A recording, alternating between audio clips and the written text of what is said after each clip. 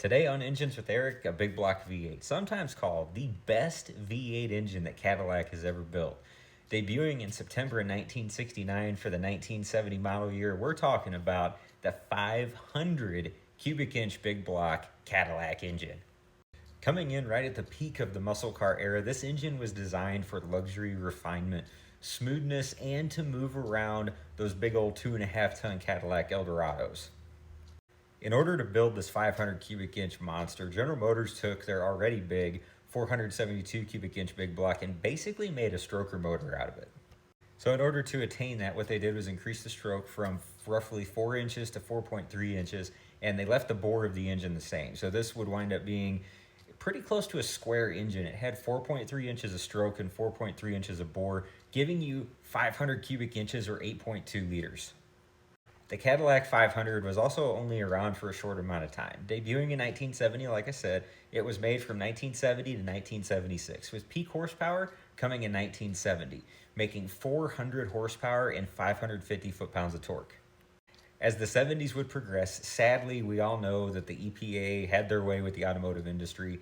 Smog regulations, emissions regulations took hold, compression went down, power went down, and they started adding a bunch of devices onto these engines that just killed horsepower. And that big old 500 cubic inch monster by its end would only be making 190 horsepower in 1976. For the majority of its life cycle, the 500 cubic inch big block was only available in the Fleetwood Eldorado. Now, this would change in 1975 though, as Cadillac ended production of that 472 big block that I mentioned earlier. They kept the 500, and that opened the door to many other models having the option in 75 and 76 for this 500 cubic inch monster. In 1976, the 500 cubic inch big block would cease production, and in 1977 is when it got replaced by a 425 cubic inch V8. Something really cool about these motors is if you go to a car show or a car cruise or whatever, really pay attention to some of the old trucks, some of the old hot rods or just classic cars that are there, and you might see these engines in those cars. And it's because the car that they came in, the vessel that they arrived in, was deemed undesirable for a very long time. And a lot of those Eldorados, DeVilles from the 70s wound up in junkyards.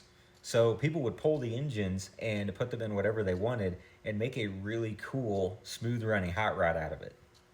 The 500 cubic inch big block Cadillac motor was a great engine. It was just made at a very unfortunate time for the American automotive industry.